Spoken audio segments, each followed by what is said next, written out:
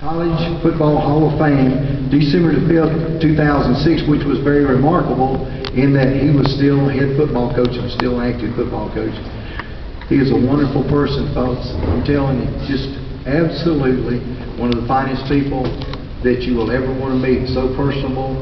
He treats each and every one of you just like I would treat you and the good friends. Just such a wonderful guy. I speak from experience when I say that many have walked into Coach Bowden's program as young athletes and young aspiring coaches and walked out as men with high morals, high values, and a great work ethic. He teaches and lives by his words to honor God, family, and his teams. Let's give a big standing ovation for Coach Bobby Bowden. Yeah.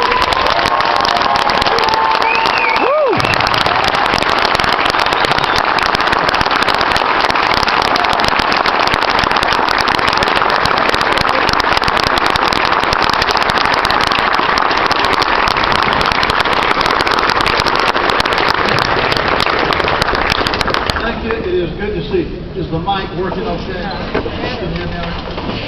It's good to see all of you. You know, I feel right at home in Dothan because I come through here so often. You know, I was raised in Birmingham. Of course, Ann and I are in Tallahassee now. We spend our time between there and Panama City.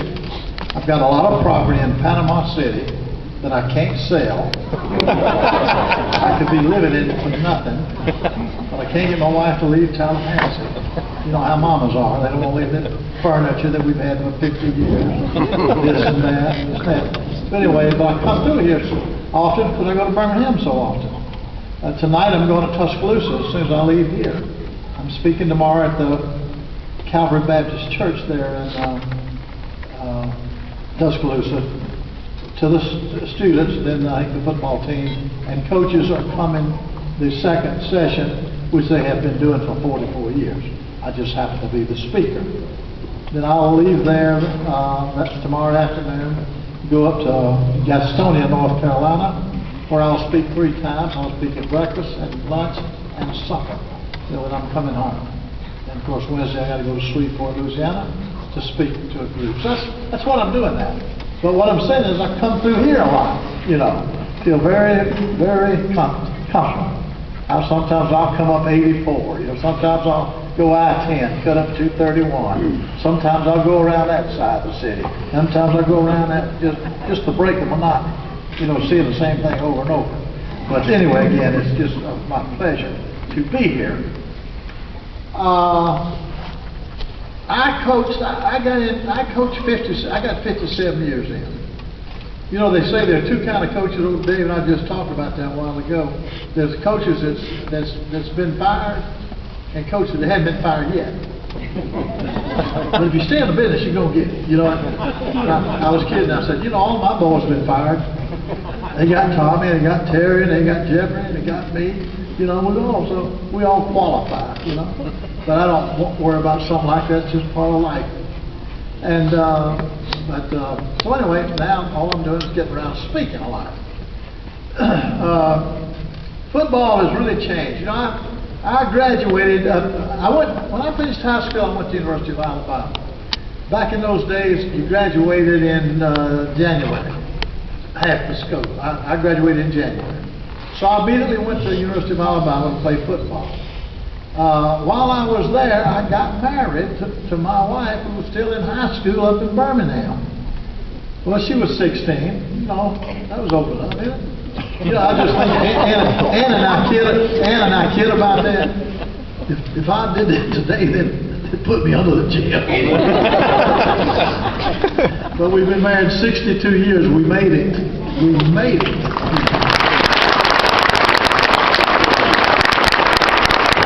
People say, well, how did you stay married to one woman for 62 years? You know, I said, well, when I got married, Ann got me straightened out right off the bat. She said, Bobby, you're going to put marriage ahead of football. I heard that every year. You got to put marriage ahead of football. And I said, Ann, quit reminding me of that. You know, I've been married, 62 seasons. And, but you want me to explain that? Should I explain that? But anyway. I'll often say it's 62 years, but 58 happy years. You know. Everything's been pretty good. Dan and I had 6. We had an oldest child was a girl, youngest was a girl, and we had 4 sons in between. Then we had 21 grandchildren. Then we have 5 great-grandchildren, you know. So our family's getting up there. My oldest child is 60. I can't believe it. I used to think 60 was old. But we're very fortunate that as a whole we've been healthy. We did lose one grandson about 6 years ago, and I lost a son-in-law in an automobile accident back when they were having the tornadoes down there in Florida. And but other than that, we've been very fortunate. But anyway, so I go to Alabama. Well, when I got married, they had a rule in the conference, not just at Alabama, but all the schools. If you got married, you couldn't have a scholarship. It was just a conference rule. So I couldn't have a scholarship, so I transferred to Howard College. Any of you heard of Howard College? You don't know? That's Sanford University now. But when I went there, it was Howard College. So I went up to Howard, because I was from Birmingham. And my wife came on to school there too, you know, and so I played football. She was a cheerleader there. And I spoke at the Montgomery Quarterback Club last Monday. Let's see, what was it? When did I speak there? Well, it might have been a couple of weeks ago. And but I was telling them how much football had changed since when I first started playing. When I first started playing college football in 1949, you played both ways. You never came out of the game. If you came out, you couldn't go back in until next quarter. You know, so you had to be careful about substituting. Get your first team out of there, and then they can't go in. And other teams start driving, and you're sitting there and stuck with your second team. But anyway, so back in those days, you played nearly the whole game. And as I say, you played both ways. And we didn't have specialists. We didn't have specialists, you know. You didn't need but 33 players. That's 3 teams, you know. And you didn't have punters and kickers and things like that. You just go out there and start practicing. You had a ball game, you say, can anybody punt? Can anybody kick? Okay, you got to kick Saturday. That's about the way it was. Well, now of course, you go out and get a specialist kicker, a specialist punter. You got specialist snappers. I mean, I had a kid on full scholarship every year. Did nothing but snap for punts. And you'd be surprised, those kids are going out of style. You know, another thing when I was playing, we ran the single wing and the Notre Dame box. That was when the centers snapped the ball under their legs to a guy standing back about 5 or 6 yards. You know, you never took direct handoffs like you do now. You know, so back in those days, you had a lot of good centers, a lot of good snappers. Well, now then, everybody's T formation. Nobody knows how to snap anymore. You know, occasionally, you know, a kid will come along that can center, and if y'all got young children, grandchildren that want to get a scholarship to college, teach them how to snap a ball.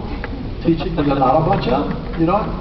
And we've had some of them that snap for us that when they finish school, we got pro offers. Play professional football, get paid by the pros, just to snap a football. But anyway, again, showing you how much